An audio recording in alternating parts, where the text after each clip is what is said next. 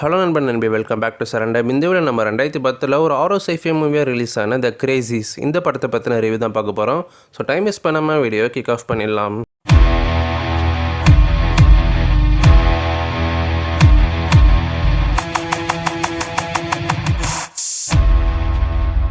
படத்தோட கதை என்னன்னா, மெயின்லி லீடான நம்ம ஹீரோ ஒரு ஷெரீஃபாக ப்ளே பண்ணியிருப்பாரு. அவரோட பேர் டேவிட். அவர் கூட டெப்யூட்டி ஆஃபீஸராக ஒருத்தர் ப்ளே பண்ணியிருப்பாரு. அவரோட பேர் ரசல். இவங்க இருக்கிற ஊரில் அங்கே இருக்க மக்கள் எல்லாமே ரொம்ப சைக்கோபாத்தாக பிஹேவ் பண்ண ஆரம்பிக்கிறாங்க. ஒருத்தர் மாற்றி அடிச்சுக்கிறாங்க, சுட்டுக்கிறாங்க, கொன்னுக்கிறாங்க. இந்த மாதிரி ரொம்பவே சைக்கோத்தனமாக பார்த்தீங்கன்னா நடக்க ஆரம்பிக்குது. இது எல்லாத்துக்குமே என்ன காரணம்னு சொல்லி நம்ம ஹீரோ ஷெரீஃபாக அவர் கூட இருக்க டெப்யூட்டி ஆஃபீஸர் ஒன்றா சேர்ந்து இன்வெஸ்டிகேஷன் பண்ணுறாங்க. அதுக்கப்புறம் தான் தெரியுது, இங்கே இருக்க மக்கள் எல்லாருமே ஒரு வைரஸால் இன்ஃபெக்ட் ஆகியிருக்காங்க. அந்த வைரஸ் எங்கேருந்து வந்துச்சு, அதுக்கிட்ட இவங்க எப்படி சர்வைவ் பண்ணுறாங்க அப்படின்றதாங்க இந்த மொத்த படத்தோட கதையே.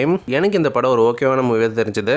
படம் ஆரம்பிச்சுன்னா அவங்க கதைக்குள்ளே போயிட்டாங்க. எங்கேயுமே டைம் வேஸ்ட் பண்ணாமல் ஆரம்பத்துலேருந்தே படத்தை ஒரு ஹாரர் டோனில் பார்த்தினா கொண்டு போயிருப்பாங்க.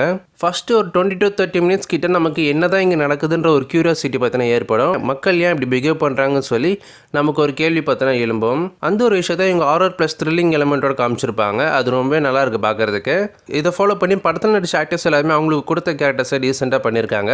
மெயினாக இவங்க ஃபோக்கஸ் பண்ணியிருக்கிறது யாருன்னு பார்த்தீங்கன்னா நம்ம ஹீரோவை மட்டும் தான் ஃபோக்கஸ் பண்ணியிருக்காங்க. அவர் கூட ஒரு டெப்யூட்டி ஆஃபீஸருக்கும் ஒரு சில சீன்ஸில் பார்த்தீங்கன்னா இம்பார்ட்டன்ஸ் கொடுத்துருக்காங்க. இவர் கூட ரசல்ன்ற ஒரு கேரக்டரில் டெப்யூட்டி ஆஃபீஸர் ஒருத்தர் நடிச்சிருப்பாரு, ஜோ ஆண்டர்சன். அவரோட பர்ஃபார்மன்ஸ் ரொம்ப நல்லாயிருக்கு. இந்த படத்தோட ரன் டைம் 1 hour 41 minutes கிட்ட. ஸோ பெருசாக எங்கேயும் போர் அடிக்காது. இதை ஃபாலோ பண்ணி இந்த படத்தில் ஒரு வைரஸ் ஸ்ப்ரெட் ஆகிறத காமிச்சிருப்பாங்க.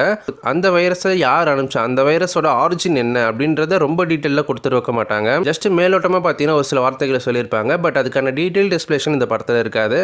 அண்ட் இந்த படத்தில் எமோஷனல் சீன்ஸ் எல்லாமே பெருசாக எனக்கு அவ்வளோ ஒர்க் அவுட் ஆகலை. இந்த மாதிரி வைரஸ் சர்வைவல் மூவிஸில் நிறைய கேரக்டரோட டெத்தை காமிப்பாங்க. அப்படி காமிக்கும் போது அந்த கேரக்டர் கூட நம்ம கனெக்ட் ஆகாதனால அதோட டெத்து நமக்கு வேல்யூபுளாக இல்லை. ஒரு சீக்வன்ஸில் நம்ம ஹீரோக்கு நெருக்கமான ஒருத்தர் இறந்து போவார்.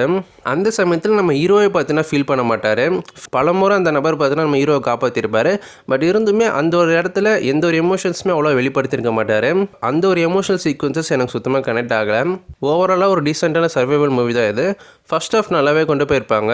அந்த ஒரு க்யூரியாசிட்டியோட ஆரல் எலமெண்ட்ஸ்லாம் வச்சு நல்லாவே கொண்டு போயிருப்பாங்க. செகண்ட் ஆஃப் கொஞ்சம் ஸ்லோ பண்ணி கொஞ்சம் த்ரில்லிங் எலமெண்ட்ஸை பார்த்தீங்கன்னா கிளைமேக்ஸில் வச்சு முடிச்சிருப்பாங்க. இந்த படத்துக்கு IMDb 6.5 out of 10 கொடுத்துருக்காங்க.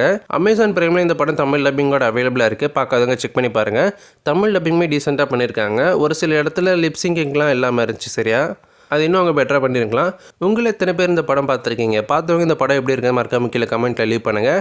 ஸோ வழக்கம் போல இதே போல் இன்னொரு சந்திக்கிறேன். நான் உங்கள் நண்பன். டாட்டா, பை, see you.